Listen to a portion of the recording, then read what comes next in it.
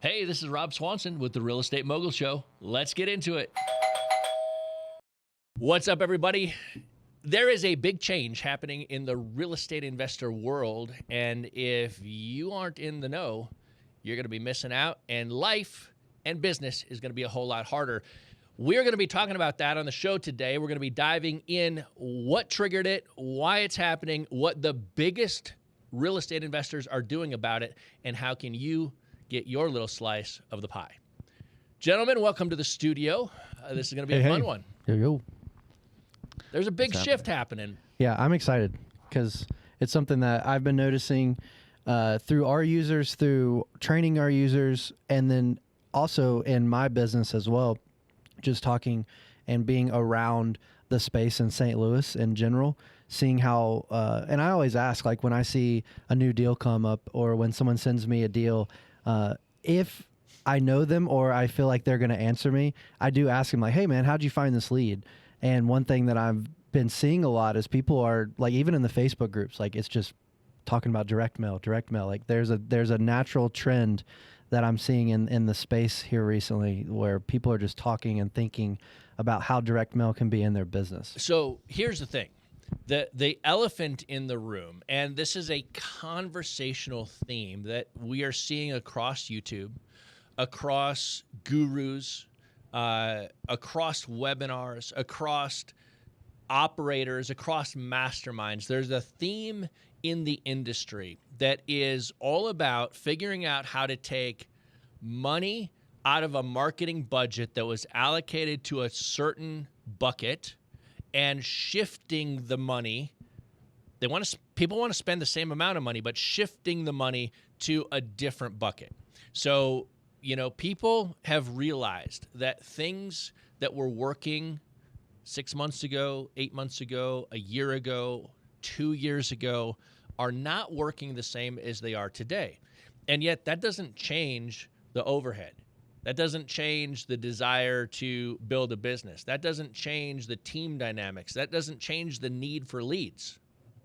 And so the best operators are asking the questions, okay, as we track our KPIs, as we track the various things in our business that are producing the revenue and producing the results, what are the things that are producing the results the best?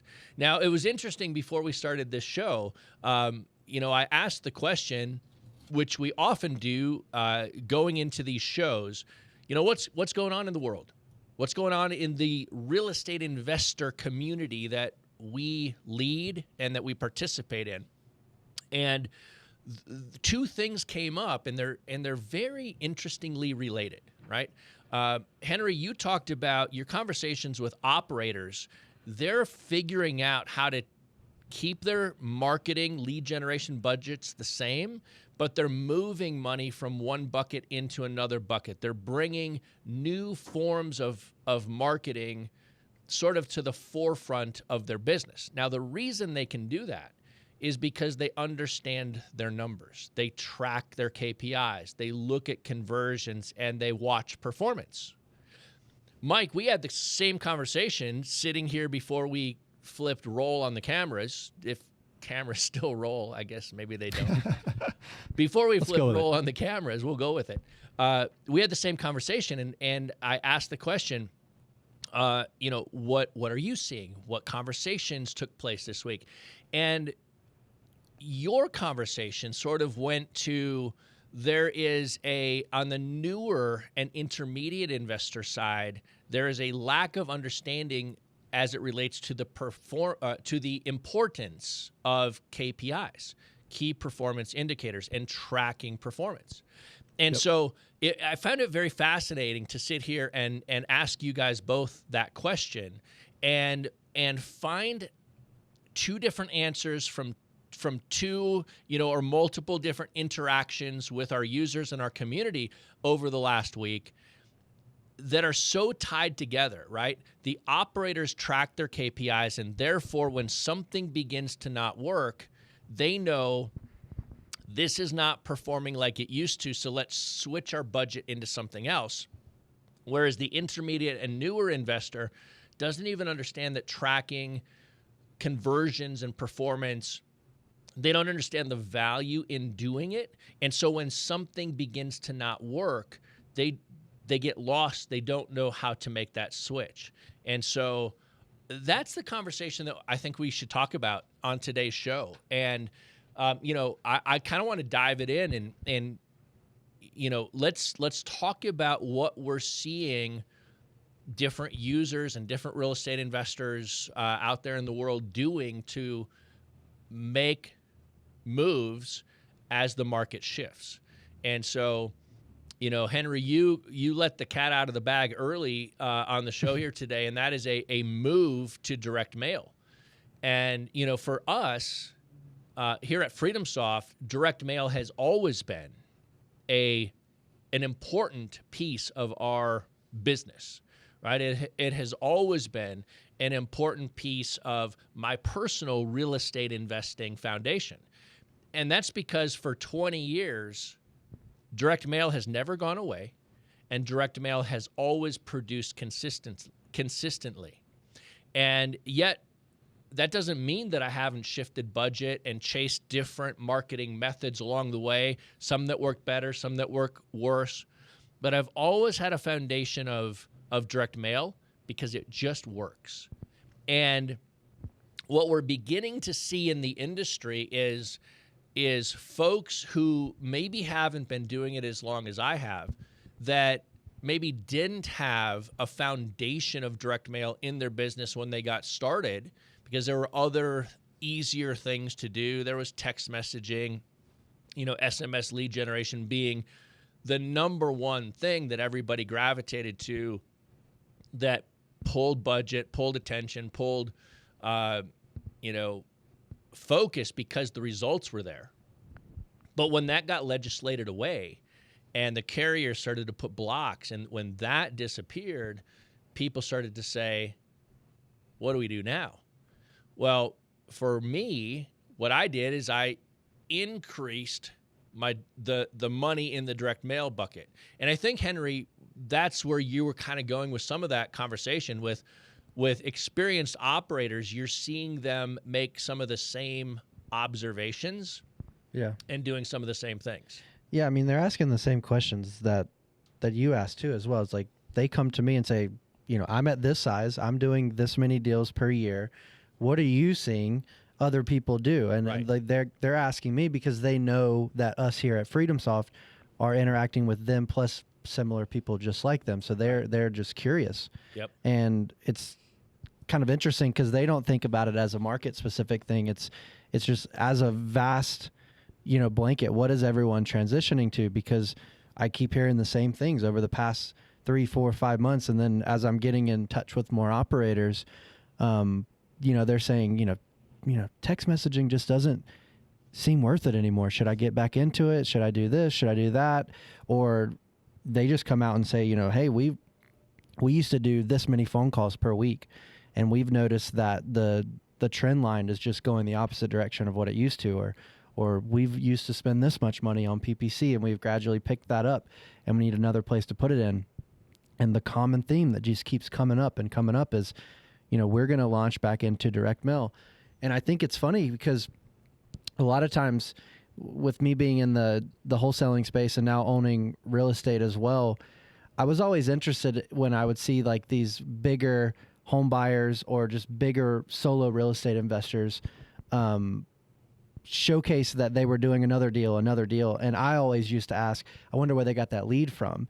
And they never really showcased that. Right. But one thing that I'm seeing a lot now is there's this one guy I used to follow on Instagram, and he never really used to show what he did to get that lead. But here recently, like he's just taking screenshots of his postcards that he's sending and stuff like that. Yeah. And he never used to do that. And I just think it's interesting that you're just seeing a trend shift back to direct mail. And it's obvious to me because I keep getting people asking me, should I go back to direct mail? And then the other half is saying like, hey, we're getting back in direct mail. How can we mimic what we used to do as far as how many mailings per week, per month in FreedomSoft to make it more automated? Because a lot of the real estate investors that are getting back into it, there's been like this huge gap from when the last time they sent direct mail and now, and so much has changed as far as technology, convenience, and what they were used to is, hey, we used to do this spreadsheet import into this guy that we knew at this mailing house, and for all we know that it sent out, and we used to get leads that way. Is that how we're going to do it in FreedomSoft? And I'm going to say, no, it's not. You're going to do it slightly different, but it's going to be way more convenient and it's going to be easier. So, I mean, that's the story that I've been hearing a lot. And, so what's interesting about that observation is, we saw the hammer falling, right? As the hammer began to take its downward drop and it picked up speed and then it hit. We tried to lead that, with the technology and the focus on our development roadmap at FreedomSoft to say, what are real estate investors going to need? So when SMS goes away and people are scratching their head and saying, where do we put our marketing dollars? Where do we put our budget? How are we going to keep leads coming in? What do we have to do? We saw that trajectory before a lot of people.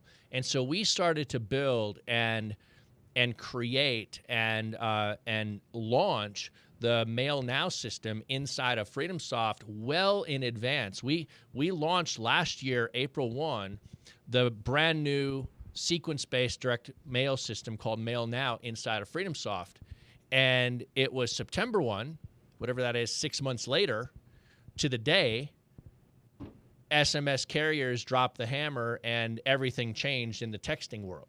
And so we gave our users a 6-month lead time and a lot of training and a lot of conversation around what do you need to be doing today to get set up for when this hammer drops on September 1, you don't miss a beat. And it is, let's start to figure out how to move allocation of budget from one thing to another. Let's dial in the conversion of this new thing. And that's the piece that we focused on, right? Text leads, when they were the heyday, they were the heyday for a reason, because it was fast, it was cheap, you got instant results. It was awesome. I don't like that it went away because it was fantastic. But it has gone away. It has significantly changed. That landscape doesn't exist the way it did a year ago as we sit here and talk about this. And so the move to direct mail is, how do we increase the conversion of direct mail in such a way that, it's not quite as cheap as text leads were. It's not quite as fast as text leads were. But if done right, the quality of those leads and the focus on the truly green light sellers and then converting a yellow light into a green light for a closed deal is significantly better. And so quality of lead goes up if you do it right. Yeah, that's one thing that you eventually see the light bulb click for them.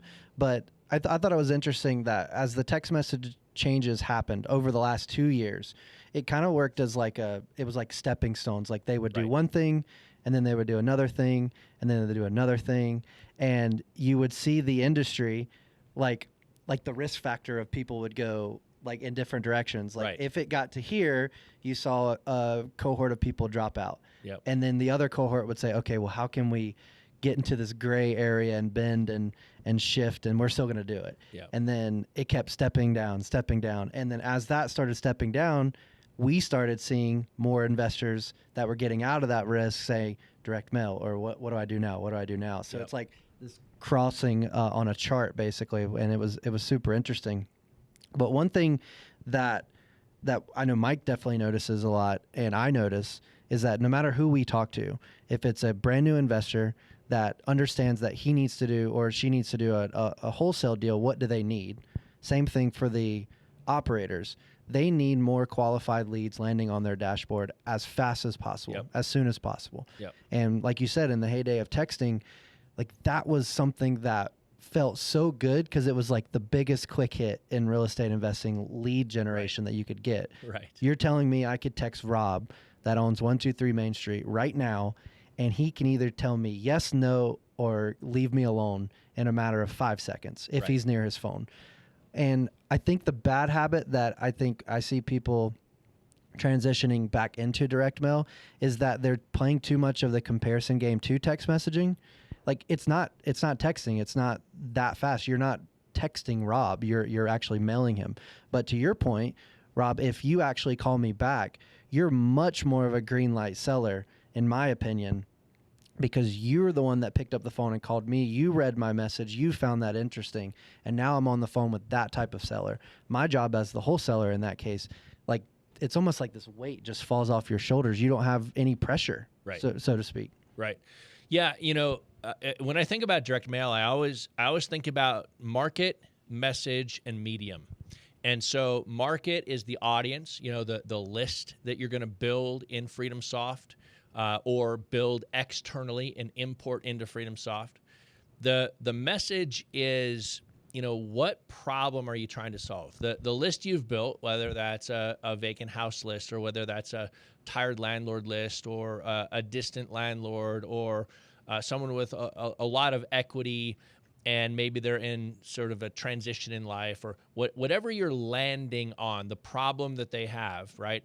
That market, when you match the message to that market and you're speaking specifically to their pain and their problem and offering a solution, the conversion and the response goes up significantly because now somebody is reading or seeing these words that are speaking to their scenario and they're saying, yeah, that is my scenario.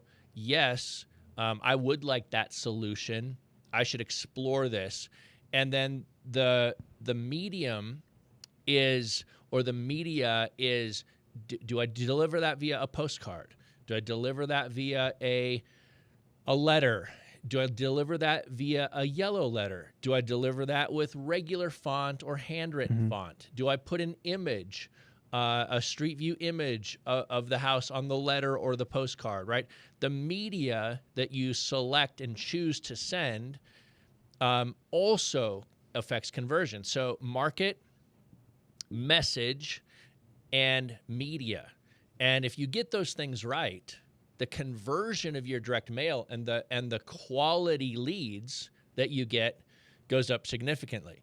Now, here's one of the things that we see, and you guys might speak to this, but a lot of times people will start with a particular audience in their real estate investing business and a particular market, a particular list. And then, it's usually budget dependent. A lot of times we see people build 1,000 record list and they'll mail 1,000 records, $600.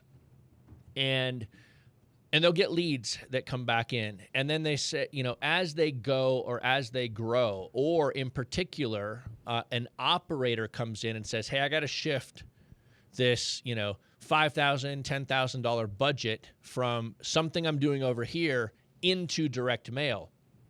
What they tend to do is they go too wide on their market, too wide on the audience. They water down the audience so much that their conversions drop.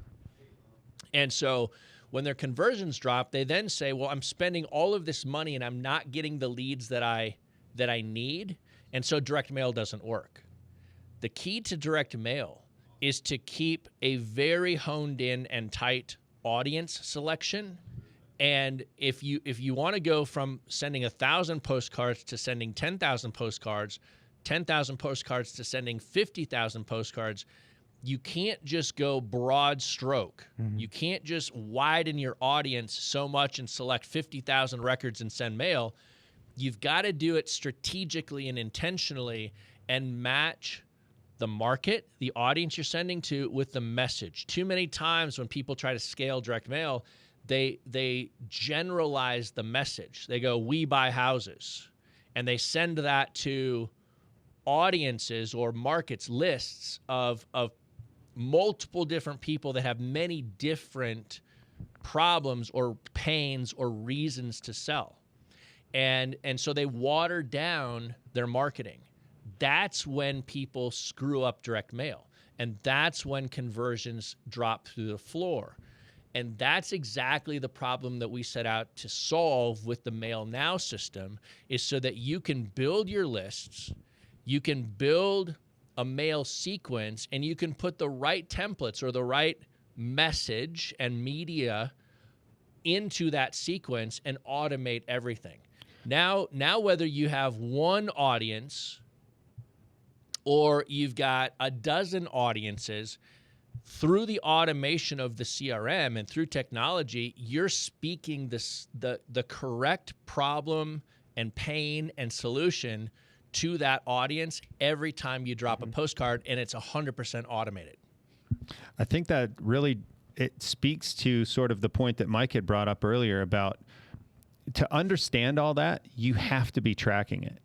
You know, you have to, from the very beginning to scaling up to that 50,000 or wherever you're at, small operator to big operator, you have to be in line tracking those KPIs and understand the importance of it. So, yeah, and in general, like, if you're tracking it after the fact because you went too broad too soon, I mean, it would be noticeable in the very beginning. But I mean, you're sitting on this podcast now, and we're telling you not to do that. So maybe don't go do that. But the prime example, I think, and you, Rob, you probably get way more than me. But I mean, the past year, my PO box is starting to get full up of direct mail coming to me.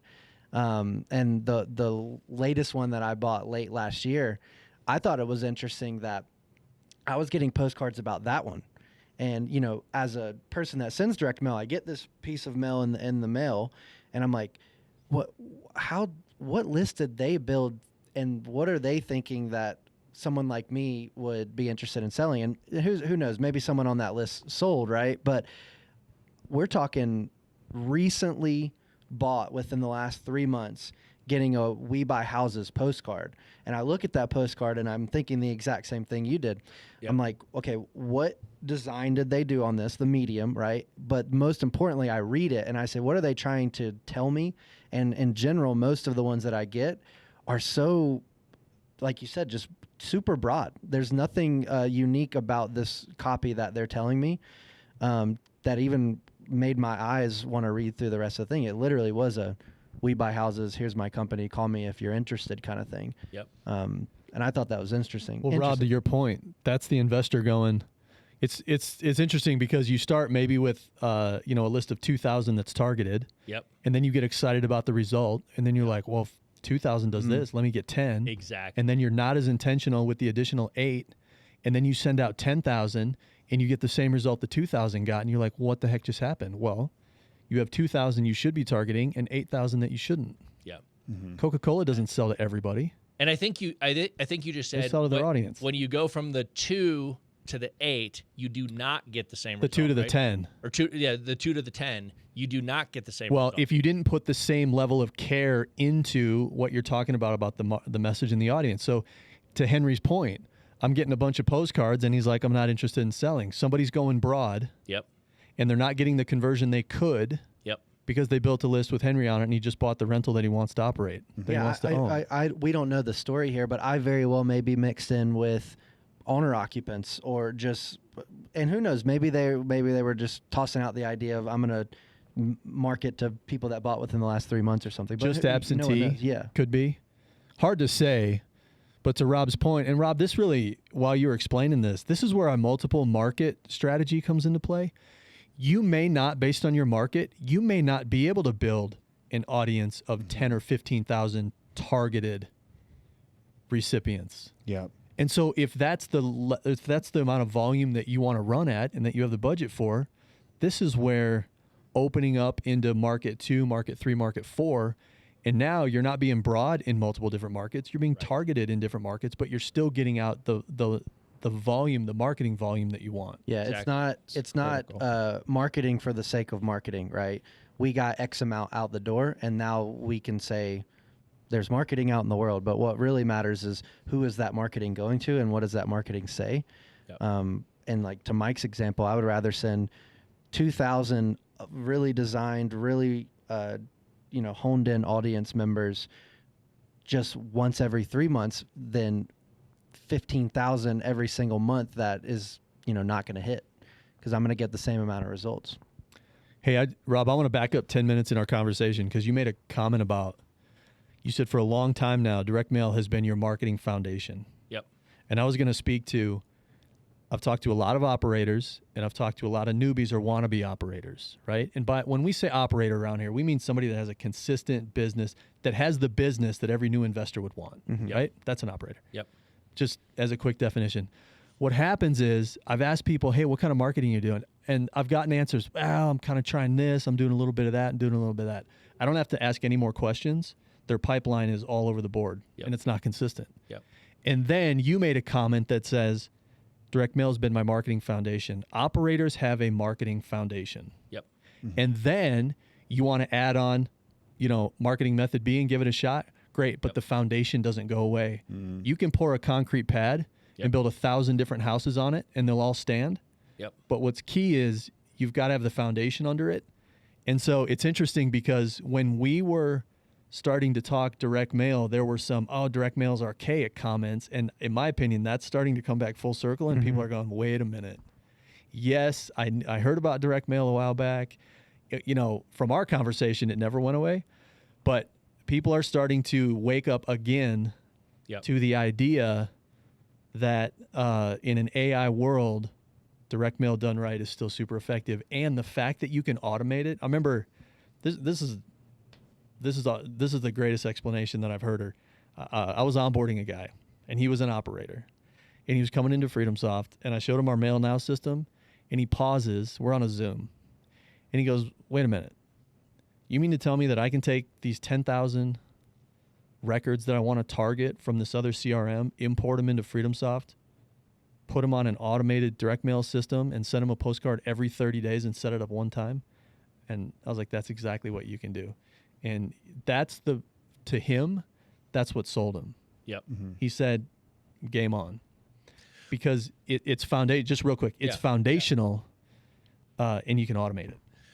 Exactly. And to, think about that. So we talk about a sequence-based direct mail system, right? What does that mean? Well, think about a sequence as a type of problem that a seller has, right? So you might have a vacant house sequence, and that sequence is a series of automated direct mail that goes out like, think of an email autoresponder, a drip follow-up system. Goes out today. It goes out in 14 days. It goes out in 30 days. It goes out in 60 days. It goes out in 90 days. And then it starts over and it repeats, right? Or whatever, however you want to build it, set it up. You could have different messages, different postcards, different templates going out for the next year that just automatically drip. But you've got a sequence that might be a vacant house sequence. And then you have a sequence that might be an absentee-owned live out of state sequence. You might have a sequence that's a tired landlord sequence. You might have a sequence that is, fill in the blank for the type of problem that a seller has, a probate sequence, a foreclosure, a pre-foreclosure, you name it. Again, every sequence is speaking to a different pain or problem that a seller or a potential seller might have.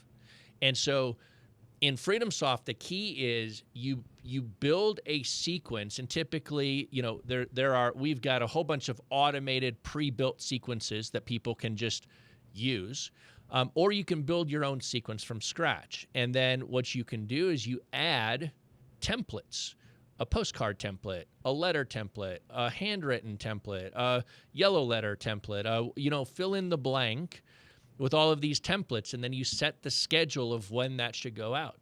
When you add a record into that sequence, it automatically starts. Mm-hmm. And the beautiful part about this is now there's intelligence to your direct mail. Going back to the watering down your approach, if you start with 2,000 records and they're highly targeted, and there's 2,000 records that are on a single sequence, and it's speaking directly to the problem that those 2,000 homeowners might have. And then you go and you build a bigger list up to 10,000 and you put them on the same sequence. Well, those other 8, Mike, to use your numbers, they don't have the same problem. And so the message of that direct mail isn't landing. They're not connecting with it. Yeah, you're not going to be forced to apply it, but you're going to have to think twice about, if you set it up that way in the very beginning, which we tend to teach it that way, and we also pre-populate it that way. Yep. If you have 8,000 and it's mixed in with different things, well, as soon as you try to throw that in, the only opportunity as far as sequences that you're picking are going to be named very specific: vacant sequence, tired landlord sequence, probate, blah, blah, blah. And then you're going to have to say, well, I don't want to put all 8,000 of these on the vacant house sequence because a portion of these aren't vacant. So that wouldn't make sense. So it's almost like you're developing this really good habit of being really specific with what you're sending to these people.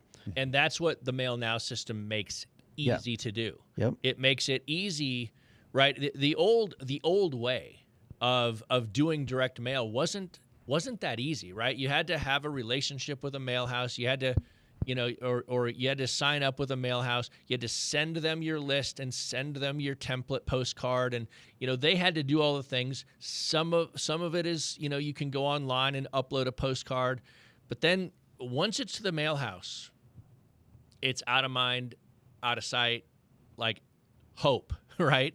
And what the MailNOW system allows you to do is take that 10,000 list, and if you want to put 2,000 on this sequence and 1,500 on that sequence and 500 on this sequence and 3,000 on this other sequence over here, and you end up with 6 or 7 different sequences that are all speaking to the more specific pain and problem that potential seller has. As you scale your direct mail, your conversions will stay high. Mm-hmm. And that's the difference that most people have. When they scale, they water down because it's hard to scale. It's complicated to scale if you're doing it the offline mail house route. It's hard to do because you're managing now sort of in this list upload environment. Hey, what list did I upload? When did I do it? When are they going? And there isn't transparency. And what did they get? And when did they get it? Yeah. And what do they get? And all the stuff. What's cool about the MailNOW system is you simply subscribe records to a sequence, mm-hmm. and it automatically happens. And if you look on the dashboard on the MailNOW report, it's all in real time. And so you know exactly what is out, when it's out, what sequence it's on, when it's been sent, when it's en route, when it's been delivered, if it got kicked back, why did it get kicked back? What was the failure mechanism? Was there a returned mail? That all shows up on your dashboard in real time automatically. So now instead of going to your post office and picking out your stack of returned mail and scanning it in, uploading it to a VA and telling them to go fix whatever was broken on this stack, you literally click the button that says 28 returned. It pops it up into a dashboard view on FreedomSoft, and you can either see, all of these 28 failed for the same reason, fix in bulk, or you can go record by record and say, what happened here, fix it, and you can resend immediately in real time. And so a sidebar note to this that I want to tell people is that if you like what you're hearing, but you say, you know what, I'm so ingrained in my CRM and in what I'm using, and I like the way it works and whatever else the case may be, you do not need to use the FreedomSoft CRM to take advantage of the FreedomSoft MailNOW system. So if you've got your favorite CRM of the day, keep it, use it. We're happy that you love it because the best CRM is the CRM that you'll use. The best CRM is FreedomSoft, but the best CRM is the CRM that you'll use. But if you have the thing you love, you can use the FreedomSoft MailNOW system, integrate it into any other CRM out there, and have full transparency automation built into your direct mail for lead generation. You just blew some people's minds. Yeah, I mean, and no, like obviously maybe the listener heard, and that's I'm glad you mentioned that because someone may have been thinking, well, to utilize this tool, I need to be in FreedomSoft, because for the longest time, FreedomSoft has been like this end all be all, like umbrella. You need to be a user to experience any of the tools. But with MailNOW, and this is not a brand new thing. It's been like this for a while. It's been separated and in the CRM both at the same time. Yep. So there can be people, like you said, that on Podio, on X, on Y, right? Yep. That are receiving leads other ways into those CRMs. You're just bolting on this marketing system that you are trying to get back into the groove on, which is direct mail. I have a story, not exactly on this, but back to what you were saying as far as like setup wise. I had a conversation with an operator about 2 weeks ago, and they needed this machine basically set up for them. And, you know, a couple questions that I always ask operators, especially this operator knew the answers to the questions because he was already actively doing it, but with a mailing house model. So, you know, the questions were, do you have phone numbers that are capturing these leads already? Answer's yes. He had 2 markets, 2 phone numbers, Texas and Florida. Do you know who you're mailing? Yep. I get the list weekly, right? Do you have postcards that you normally send to them? Yes, have it all. Okay, I'm like, well, this is game on because this setup is now easy inside of FreedomSoft. You got 2 numbers, you have your list, and you know what you need to be sending them and when you want to send them. Right. The problem was that when he needed to send them was a receiving of that spreadsheet in his email, a downloading, a giving back to an email through the mailing house, here it is, and them asking, okay, this looks like it's in the Texas market. Which postcard of yours do you want us to send for you? Blah, blah, blah. And now you're 2-3 days of back and forth communication and just manual admin work. Whereas the obvious transition was now he's a couple clicks away in FreedomSoft. But the setup really was, we're doing probate, we're doing inheritance or a probate in Texas, and then more like it's called Mom's House. You've heard of that before, right? Yeah. He does that. Yep. And then he does absentee in both markets. So that's 6 lists total on a monthly cadence of mailing. And he had a specific postcard for each of those panes, and he mails that postcard 3 times to every new list that he sets up. Yep. So now he's an import into FreedomSoft and an applying of the right sequence. And then the timeline is what you called the sequence. The timeline of events starts right at that moment. And then he's hands off until the next month. So import into FreedomSoft, click the button, send direct mail, select the sequence, start. Yeah, because what I taught him, and he already knew to do it, was he had a phone number named Texas Direct Mail and a phone number named Florida Direct Mail. So that's named really well. We know why they're calling, right? And then the way that you name the sequences are absentee, Texas Direct Mail sequence. Yep. Probate, Texas Direct Mail sequence. Mom's House, Texas Direct Mail sequence. So now when he uploads the list, he already knows what the list is.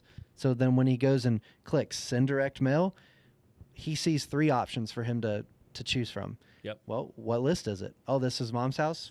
This is going on the Mom's House sequence. Launch. Yep. That's it. Love it. Totally. And I'll be honest, one of my favorite buttons is once you build a sequence, there's a duplicate button. So don't think that, I just built this killer sequence and then, I built it for Texas. Now I got to go to Florida. You click a button and you swap a phone number. It's one of my favorite buttons in there, to be honest, because you do not have to build multiple 10-step sequences if that's what you want. You build one, you duplicate it, you change the phone number, and you update the name. Yep. And you're ready to go in whatever market you want.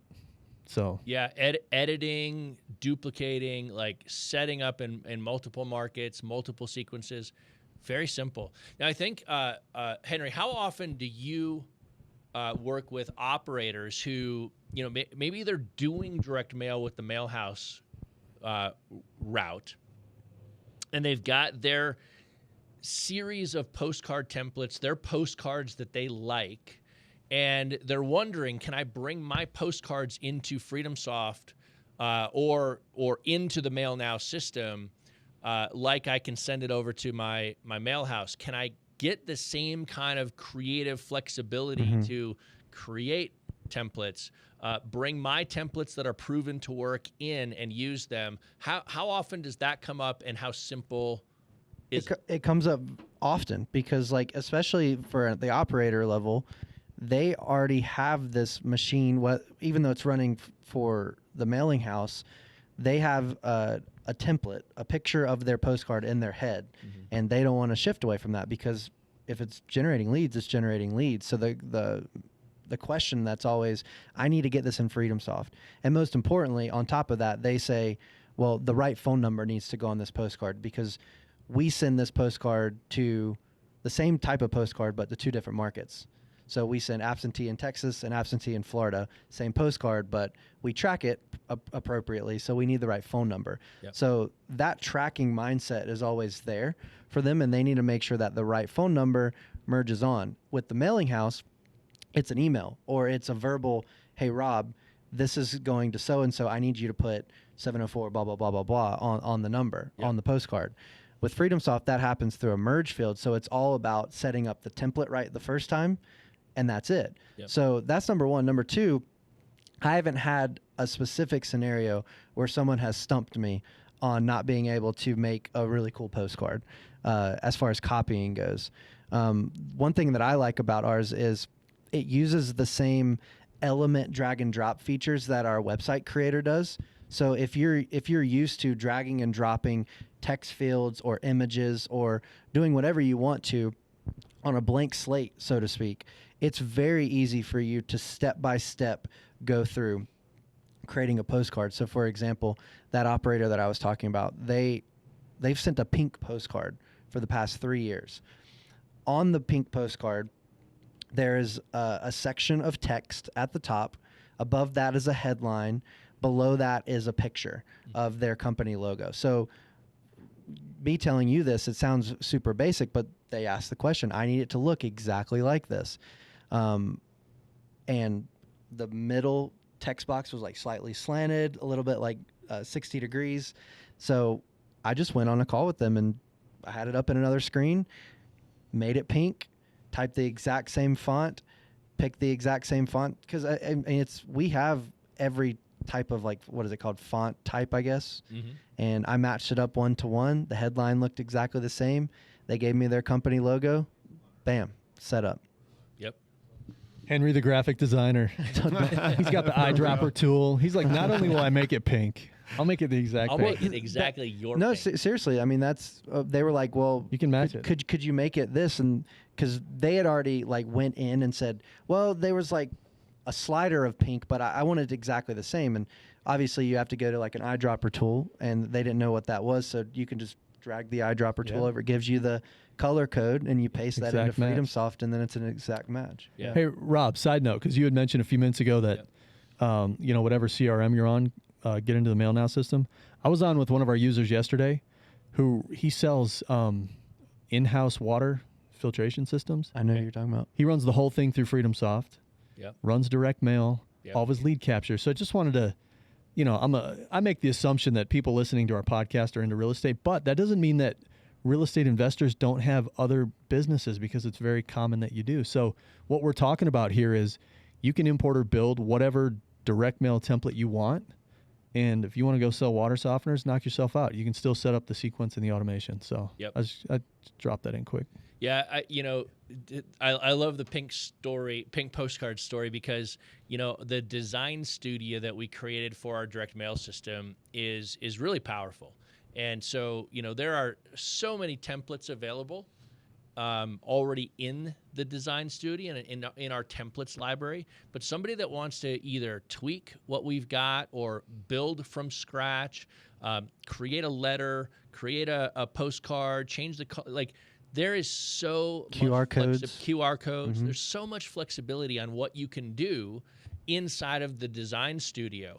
And now you're not emailing back and forth with a designer and saying, hey, I found this postcard on the internet, and can you guys make something that looks like this? Literally, you do what Henry does. You pull it up on the left half of your screen. You pull up FreedomSoft's or the MailNOW Design Studio on the right-hand side of your screen, and you build it. You copy it. And it's so simple to create. Then you save that template in your templates library, and you can add it into any sequence. And I actually did this a while ago. There was in a private mastermind group that I'm a part of, a guy that was sending direct mail. He was kind of getting into direct mail, and he had this postcard that he liked, and it was working for them. They were tracking their conversions, and they're like, "Hey, our mail house is telling us that he wanted to make a change to this postcard, and the mail house is saying, we can't do that." And so his question in this group was, who knows a mail house that I can use that could make this design change and get this mail out? And so I was like, oh, that's funny. So I literally pulled up what he was trying to do, pulled up the design studio on the right-hand side. In literally 4.5 minutes, I built the exact template that he wanted, front and back, with the exact copy, the exact colors, everything exactly right. And I shot a little Loom video to show him how I built it, and I sent it to him in the private group. He was blown away. Mm-hmm. He's like, "You got to be kidding me." No way. No way. And Totally. but he had a pain. He didn't know how to solve it, and the mail houses were telling him he couldn't do it. And I went in 4.5 minutes, showed him how using the FreedomSoft MailNOW system you can do it. And then I told him, I said, "Hey, you don't need to switch over to the FreedomSoft CRM to take advantage of this. Use the MailNOW system and plug it in, integrate it into any CRM you're already using." Ding, ding, ding, ding, ding. Right. Winner. Right. Love it. So the change. Solutions by Rob. Exactly. The shift that's happening in the market. The best real estate investors are starting to shift their budgets from things that they had been doing in the past into direct mail. And by you listening to this show and understanding that as the money moves into the direct mail bucket, there's a strategy you can employ that keeps your conversions high even as you scale. I can't tell you how many times I've seen the 2,000 to 10,000 watered down approach just destroy people's belief in direct mail, and they don't even know what happened. They don't know what they did wrong. Listen to this show again, and you'll understand what most people do wrong, and you'll understand how not to go down that path. Yep. If you don't go down that path, you can scale your direct mail and you can get high converting results consistently. Market, message, media. Match those three things together, and direct mail can be a winner. Yeah. And it also goes without saying, but answer your phone when the phone rings. Right. Call them back or answer it live in the first place. Right. One or the other. But if you call them back, I mean, speed leads the name of the game here. Yeah. I mean, Mike, you brought it up like 3 episodes ago, but you brought up a story. It was like someone spent their hard-earned money on direct mail to a good list. It worked. They didn't know that they had missed calls. Yep. Or they did know, but a couple were hang-ups, and they let their mind talk them out of calling them back. Totally. Yep. You know, it's interesting. You say pick up the phone. In using direct mail, and this is one of the things you can test and you can track the conversions of, and you can see what works best. So there's a couple ways that you can go about this. You can send out direct mail, postcards, letters, and you can say, call Rob, and you can put like your cell phone, you know, a FreedomSoft phone number or your CRM tracking phone number on the postcard, right? Call Rob. And people will call, and they're hoping to talk to Rob right there. Sometimes the name of the game is lead capture. Mm-hmm. And a different strategy and a different thing to think about with your direct mail is even in a sequence, and this is so doable in FreedomSoft because of how templates are built and sequences work. You could have a particular postcard that goes out or a particular letter that goes out that says, 24-hour pre-recorded message, learn how to sell your house for cash today. And somebody will call that 24-hour pre-recorded message for the specific reason that they don't have to talk to somebody. Mm-hmm. They want to hear the message. and they don't want to talk to somebody. They don't want to be quote unquote sold. They're a little bit nervous to get on the phone. Listen, friends, you think you're nervous to get on the phone with a seller? Sometimes the seller is nervous to get on the phone with you because you're the sophisticated professional real estate investor, and they don't want to be taken advantage of, or they don't want to, they don't know the questions to ask or what questions you might ask them. So they're nervous.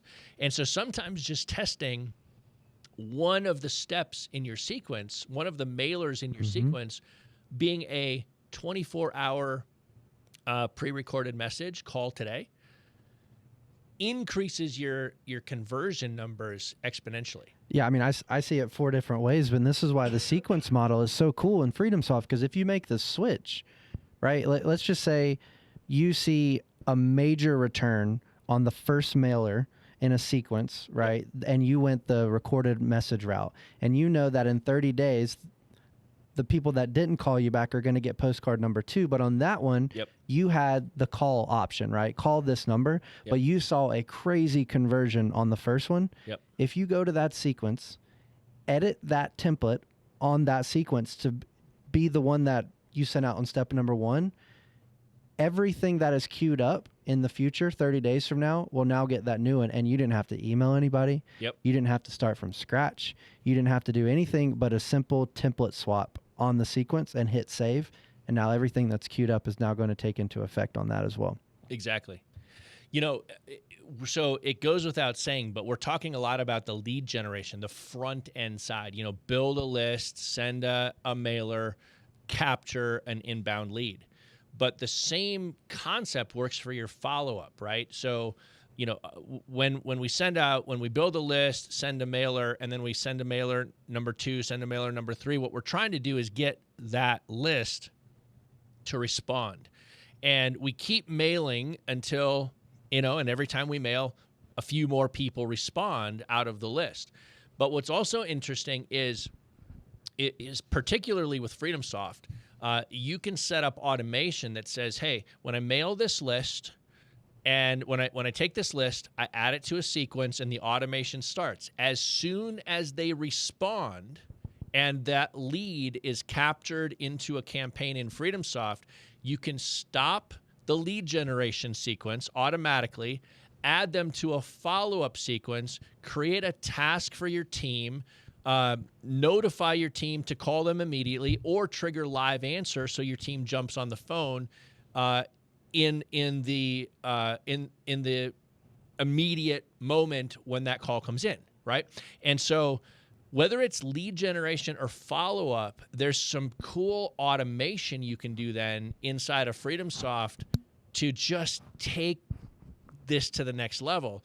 And we're such believers in organize before you automate, right? I want you to, number one, be organized, because if you understand your list, you understand your sequences, and you're putting the right list with the right mail sequence, your conversion goes high. That's organization. And then once that starts to work and you say, okay, I want to optimize this, I want to increase my conversion percentages, I want to close more deals for the same marketing dollars spent, then you start to add some automation to intelligently do things with those inbound leads as they respond in. Things go to the next level. Incredible. That's where things get really, really fun. So organize before you automate is a flag that we'll plant in the sand all day long. I would rather see a highly organized CRM than a highly automated CRM at the beginning, and then automate those points of leverage inside your conversion funnel where you're going to actually make more money and close more deals. Love it. That's like a mic dropper right there. You guys are still holding your mic. Well, I don't know if drop it would make a noise. Yeah. It's a Rob, you can't drop yours, but we can. That's right. Bam. Do it, boys. I love it. All right, guys. Well, hey, I think this was a fun one. This was a great show. I know people took something out of this, and now all they've got to do is go put some action behind what they just learned and make it happen. And so That's what we hope people are doing, listening to this. Take what we just talked about, go put it to work in your business. If you want us to help you, jump into FreedomSoft. We do regular training sessions every single week to teach you how to implement these things in your business. Plug in with us. We'll take you from where you are to where you want to go. So for myself and the whole crew here, that's a wrap on this one. Cheers. Peace.